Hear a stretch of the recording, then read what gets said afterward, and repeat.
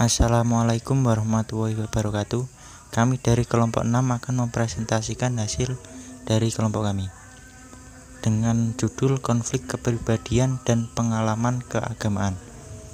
Sebelumnya perkenalkan anggota kami. Yang pertama Rizky Isnaini, Salma Nabila, M. Asyarudin Nursalam, dan Ilma Fatan Akbar.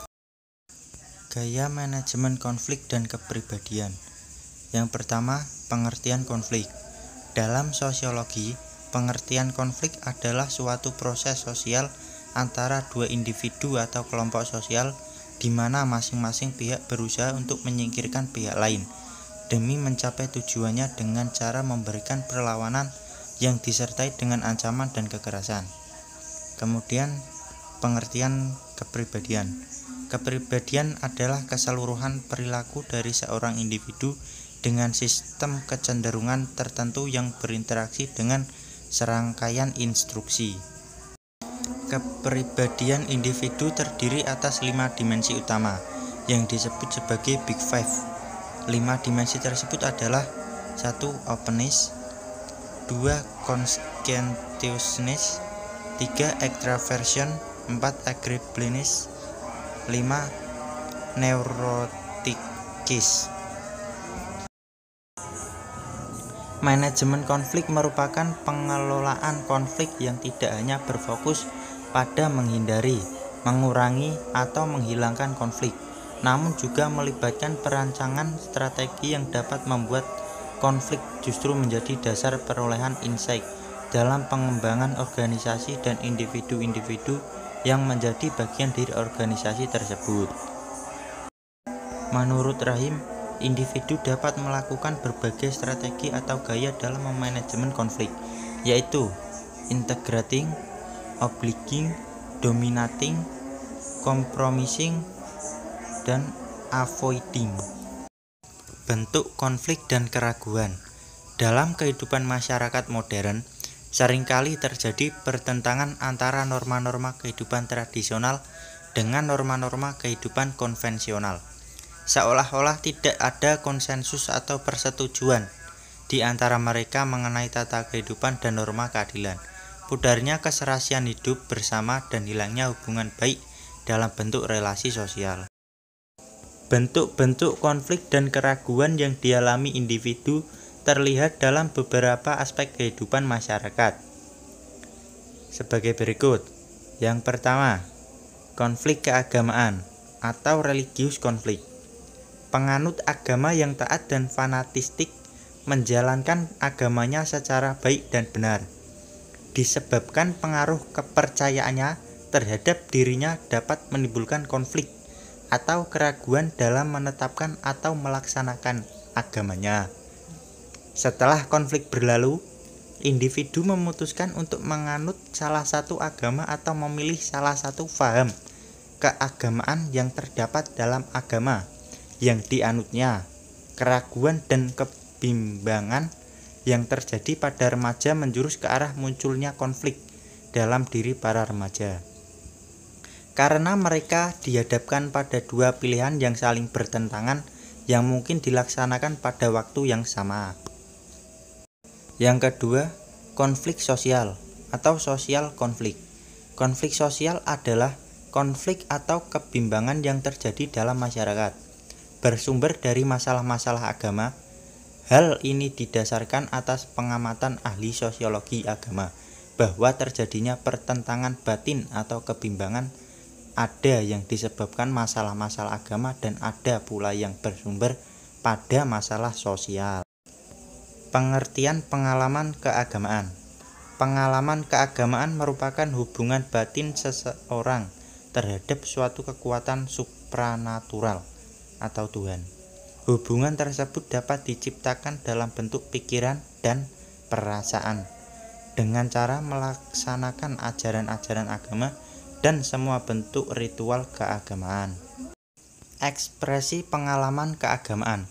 Menurut George Watts, bentuk ekspresi pengalaman ada 3, yaitu 1.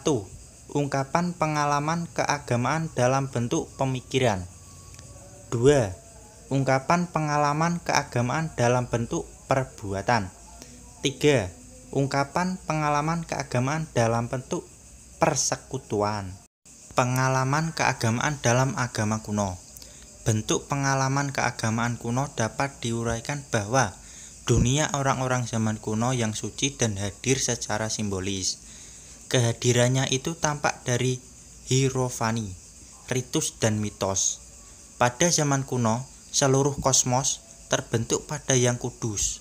Menurut Dister, pada prinsipnya objek apa saja, apakah itu matahari atau bulan, bumi, air, gunung, hutan, batu karang, pohon, gua, dan sebagainya dapat menjadi hierofani.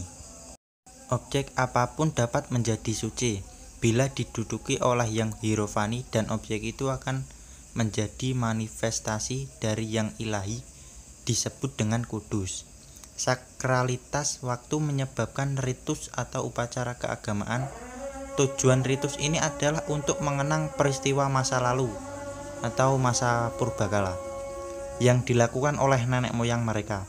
Ritus merupakan kepentingan vital masyarakat kuno sebab akan menjamin berlangsungnya hidup masyarakat yang bersangkutan. Dengan meniru tipe arke, yakni peristiwa purbakala tersebut, ritus menghubungkan masa kini yang profane ini dengan masa purba yang sakral itu. Kemudian yang kudus tadi dihadirkan dalam bentuk mitos dengan maksud untuk mengungkapkan kehadiran dari yang suci melalui simbol dan konsep. Mitos bukanlah suatu percobaan naif untuk menerangkan dunia, melainkan suatu cara untuk menghadirkan yang kudus dalam cerita, dalam bahasa yang simbolis. Dengan jalan mitologi, orang mengintegrasikan diri ke dalam yang maha lain agar supaya diselamatkan olehnya.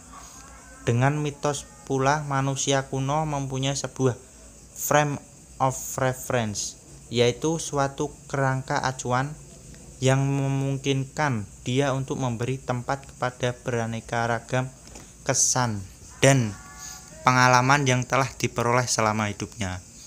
Berkat mitos, manusia dapat mengorientasikan hidupnya. Ia tahu dari sana ia datang dan kemana ia pergi, asal-usul tujuan hidupnya, atau dengan kata lain mitos menyediakan pegangan hidup bagi manusia. Pengalaman keagamaan pada masa kini.